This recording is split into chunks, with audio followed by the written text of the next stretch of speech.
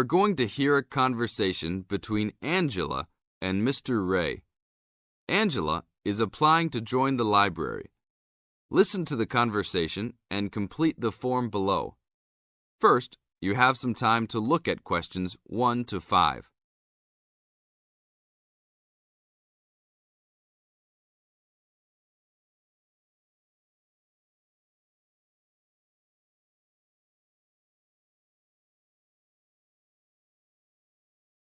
Now we shall begin. You should answer the questions as you listen, because you will never hear the recording a second time. Hello, how can I join the library? Well, you need to make an application. Would you like to do it now? Yes, if I can. One moment and I'll get the form. Now, I just need to ask you a few questions before you sign at the bottom. Okay. Your full name, please. Angela Mary Price. Price? Yes, that's right.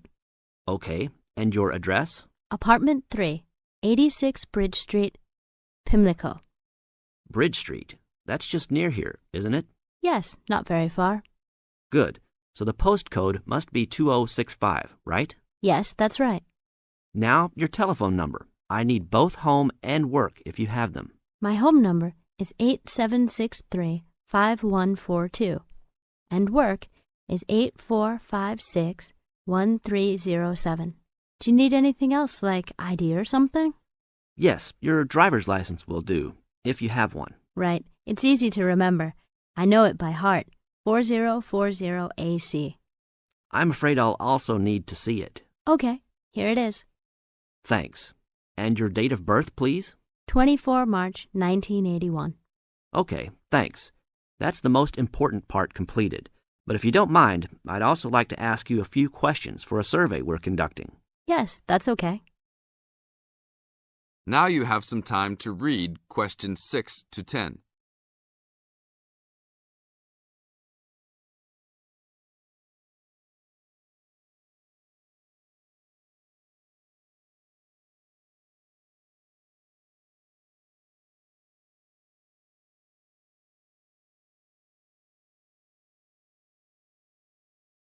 As the conversation continues, answer questions 6 to 10. What kind of books do you like to read? Here's a list to look at. Oh, it varies from time to time, but I always like to relax and learn about other countries I might visit one day. I don't like anything too heavy or serious, unless it's about animals or the environment. I'm not really into sport very much. Anything else? Well, I do like entertaining at home. You know, dinner parties. So I suppose you'll have something for me in that line. The pictures in those books always make me hungry, although they never seem to turn out exactly as they look in the books. Fine. I think that's all I need now, except I need you to sign here on the application form. Oh, and I almost forgot. The membership fee is $20, which is refundable if you no longer stay a member. There you are. Do I sign at the bottom here? Yes, that's right. You can borrow books now if you wish, although your membership card won't be ready until next week. So if you want to borrow today, you can pick up your card when you return your first books. That's if you want to take some now. I think I will, but I'll have a look around first. Okay, take your time. That is the end of part 1. You now have half a minute to check your answers.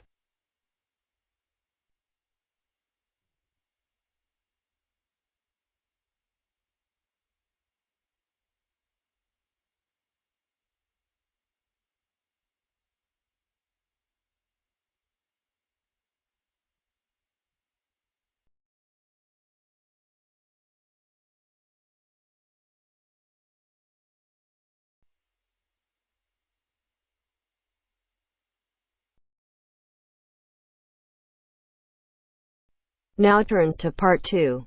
Part 2. You'll hear someone talking to a group of university students. First, you have some time to look at questions 11 to 17.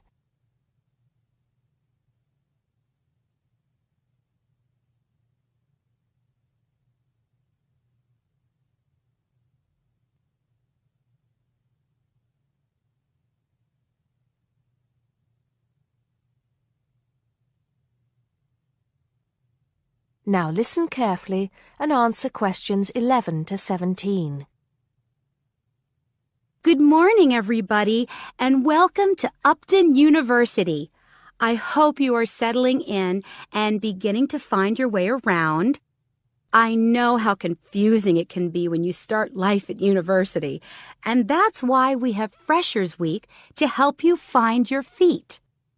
Before I go any further, I should perhaps introduce myself. My name is Sally Jackson, and I am the Secretary of the Students' Union, which has organized this week of events for you. You will usually find me in the office on the first floor of this building when I'm not attending lectures. Anyway, down to business. Of course, there are a few things that you are obliged to get done during your first week here. But once you've opened a bank account, if you haven't got one already, seen your director of studies to discuss which courses you are going to take, and signed up with a doctor, there will be plenty of time left to enjoy the events we have arranged for the week. And have we got a lot lined up for you? Throughout the week from Monday to Friday, every morning starting at 10 a.m., there will be orientation and welfare events.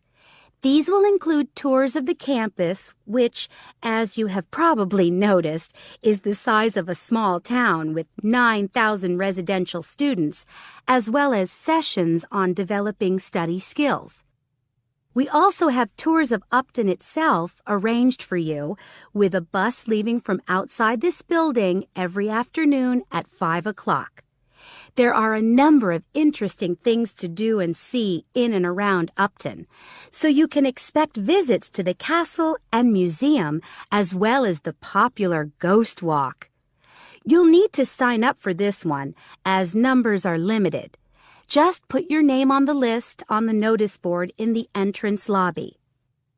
An important event is scheduled for Monday, that's the day after tomorrow, when we will be holding the academic fair. This is an opportunity for you to speak to students and academic staff about the courses that are on offer.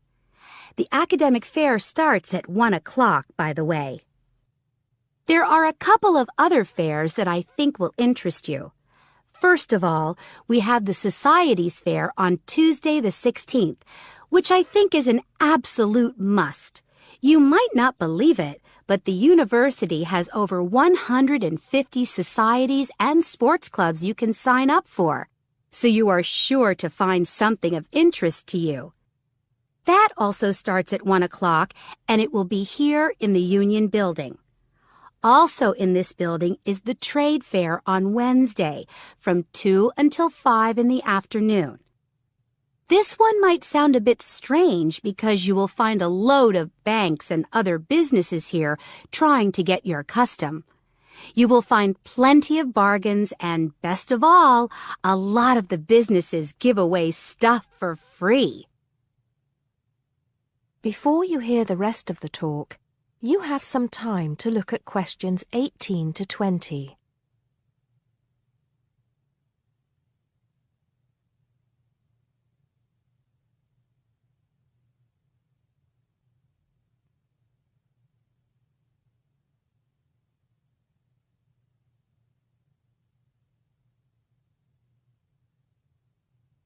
Now listen and answer questions 18 to 20. We've also got a great entertainment program lined up for you, starting tonight with our welcoming party. We have a top band lined up for your entertainment, but I'm not allowed to say who they are. All I can say is that I am sure you will not be disappointed. So come along to Blackmore Hall at 9 o'clock this evening to get your university experience off to a flying start. Just one point. I'm afraid this event is limited to freshers only. Because of space restrictions, you can't bring a friend tonight. Sorry about that. There's more fun and games on Monday in the Cotswold Theater here on campus. We have booked two of the cleverest comedians in the country, Paul Frazier and Jenny Brown, for a 3-hour show. Paul has assured us that he and Jenny have packed the show with new material, and as they always get rave reviews for their shows, I think we can look forward to an evening of great entertainment. That's in the Cotswold Theater on Monday evening at 7:30. Moving along a bit, on Thursday there is an important date for your diaries. This is the official Freshers opening ceremony, when the Dean welcomes you to Upton University. So remember, Thursday the 18th from 2:30 to 3:30 in Blackmore Hall. You certainly should go to this one, and by the way, light refreshments will be available. At the end of the week, on Saturday, you have the chance to dress up in your smartest evening wear for the official Freshers' Ball. Actually, although it's called a ball, it is quite a relaxed affair, so we are more than happy if you turn up wearing jeans and a t-shirt. The important thing is to relax and enjoy yourselves. Time and place are the same as for this evening's party. Blackmore Hall from 9 in the evening to 3 o'clock in the morning. Right. I think I've covered the most important and exciting events we have lined up for you, but there will be plenty of other things going on throughout the week, so remember to check the notice board in the entrance lobby regularly. Enjoy the rest of the day, and I look forward to meeting as many of you as possible this evening at the welcoming party. That is the end of part 2. You now have half a minute to check your answers.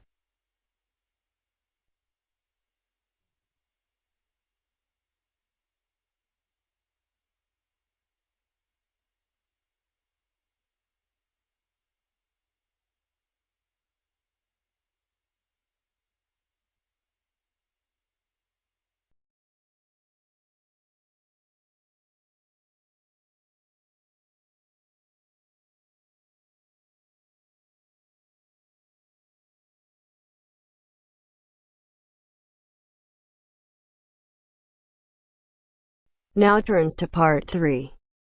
Part 3. You will hear a discussion between students Maria and Jack. In the first part of the discussion, they're talking about their opinions about some of the things in their universities. First, you have some time to look at questions 21 to 26.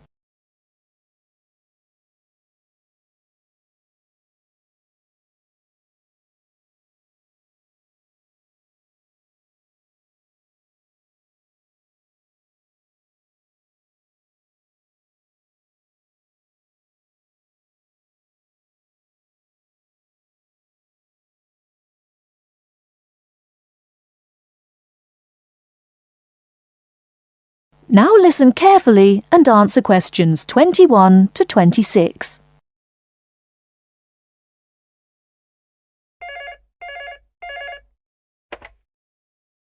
Two four one 4331. Good afternoon. May I speak to Jack Robert, please? Speaking, please. Hi, Jack. This is Maria. Hello, Maria. How are you getting on there? Fine. I arrived in Nottingham yesterday. I've just settled down, and I live on the campus of Nottingham University. Oh, that's good. Do you like the campus? Yes, it's beautiful. What do you think of yours? Edinburgh University? It's marvellous. It's on a hill and very close to the sea. I like it very much. It sounds beautiful. Jack, what's the weather like there? Oh, it's fine and sunny. It's said that the weather here is very nice in summer, but awful in winter. What's the weather like in Nottingham? Well, it's a bit depressing. It's been raining since yesterday. I can't go out, so I have to stay in my room. What about your room? Is it a nice one? Yes, it's small and elegant. How about yours? Mine is an ordinary one. It's a twin study room. I share it with one of my classmates. He's intelligent and very friendly. We're getting on quite well. How's your roommate? She's very nice, but a little bit quiet. She likes reading and seldom speaks. By the way, do you like the Scottish food there? Oh, I like it. It's very delicious. Oh, really? I don't like the food here. It's disgusting. It has no taste. I have to cook for myself in my room. Well, Maria, as the saying goes, when in Rome, do as the Romans do. Come on, don't be too choosy. Oh, someone's at the door. I have to answer it, Maria. I'll call you this evening. Bye. Bye. Ellen, a student union officer, is conducting a survey about the university facilities. She is asking 2 students about their opinions. Before you hear the rest of the talk, you have some time to look at questions 27 to 30.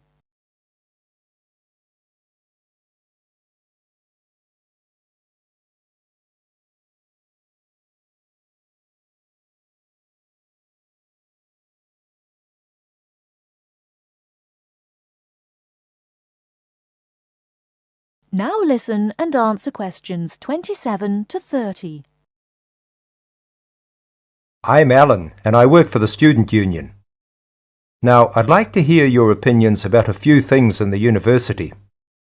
We've asked for some volunteers to help us conduct this survey into how satisfied students are with the university facilities. First of all, let's take the lecture rooms.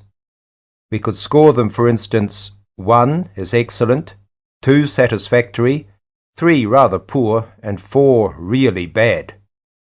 Robert, you first, please. What do you think about the lecture rooms here? Not so good, I'm afraid. I would score 3. They're too small for one thing. Sometimes we can hardly find a seat. Yes, but that doesn't happen very often. Personally, I think they're all right.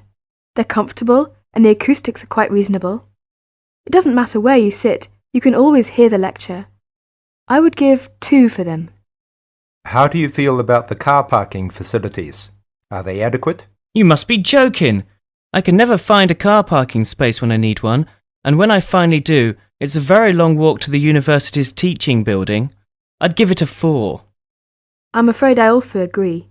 We need more car parks urgently. This is perhaps one of the major shortcomings of this campus. It gets a 4 from me as well. I come to the university 20 minutes early just so I can drive around looking for a parking space. What about the computer centre then? I think it's first class. The software base contains a large selection of learning programs, language games, and word processing facilities. I would give a score of 1. I quite agree with you. It's very modern and also under the supervision of qualified staff who can offer help to us while we work, should we need them. Oh, good. Well, what do you think of the library facilities? Let's say the periodical room first. Well, I've scored that 3. I'm sorry to have to say, but, I think the room has poor lighting, and I'm disappointed about that. I've given it a score of 1. As far as I'm concerned, it's excellent and well stocked. Thank you, Robert and Mary. Now, let's turn to the photocopying facilities. I would give it a score of 2. Personally, I think it's all right and it's very helpful. Huh? I would score 3. I think it's too expensive for photocopying, and there are not enough machines. Sometimes we have to stand in a line. Okay. Now, let's talk about the... That is the end of part 3. You now have half a minute to check your answers.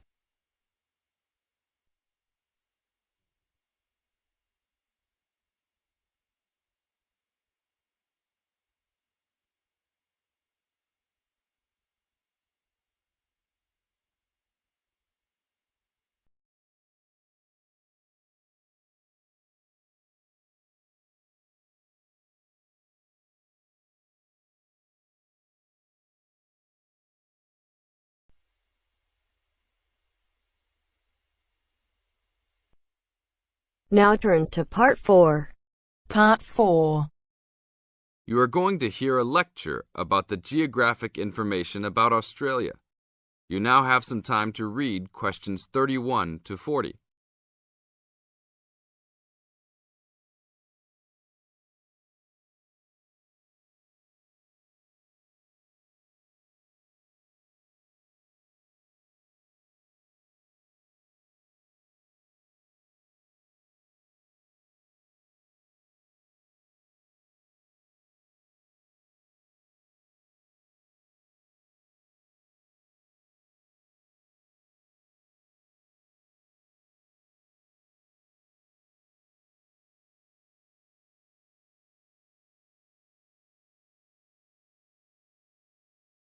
Now listen to the lecture and answer questions 31 to 40 by choosing the best answers from the choices.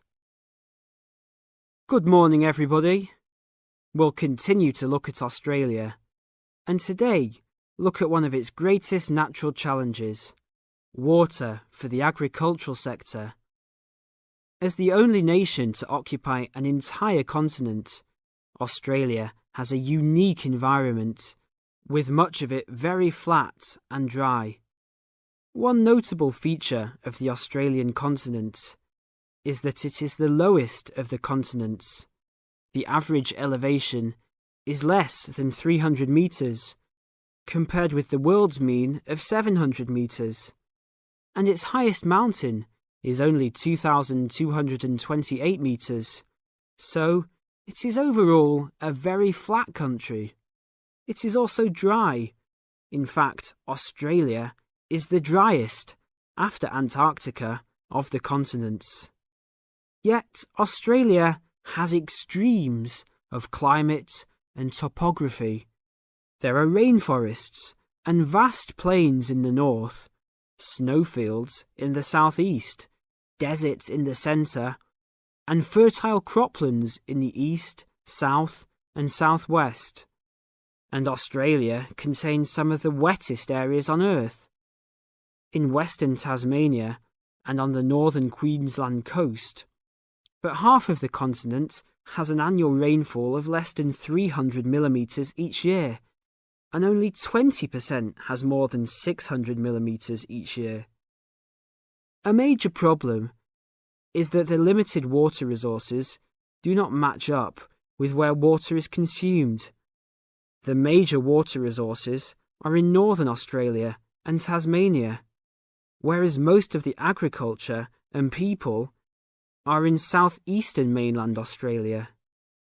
The agricultural sector is the largest consumer of both self-extracted and main-supplied water, using over 70% of total net water consumption.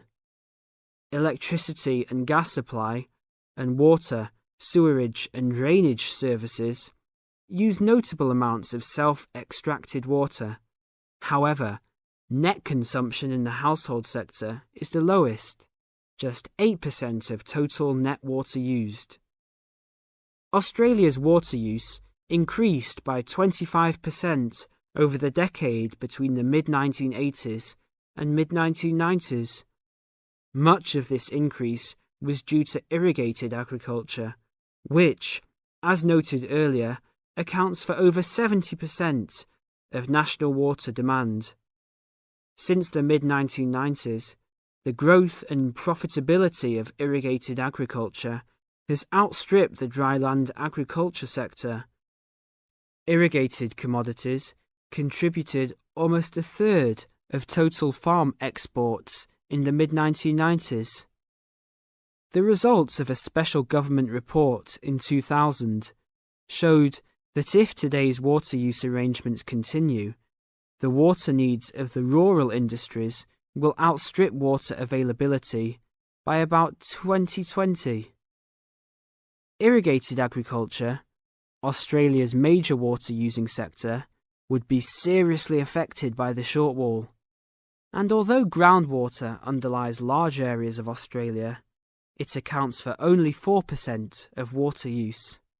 So, clearly, apart from water for households, which mainly comes from dams or rivers, it is the rural sector where efforts towards water conservation are particularly directed.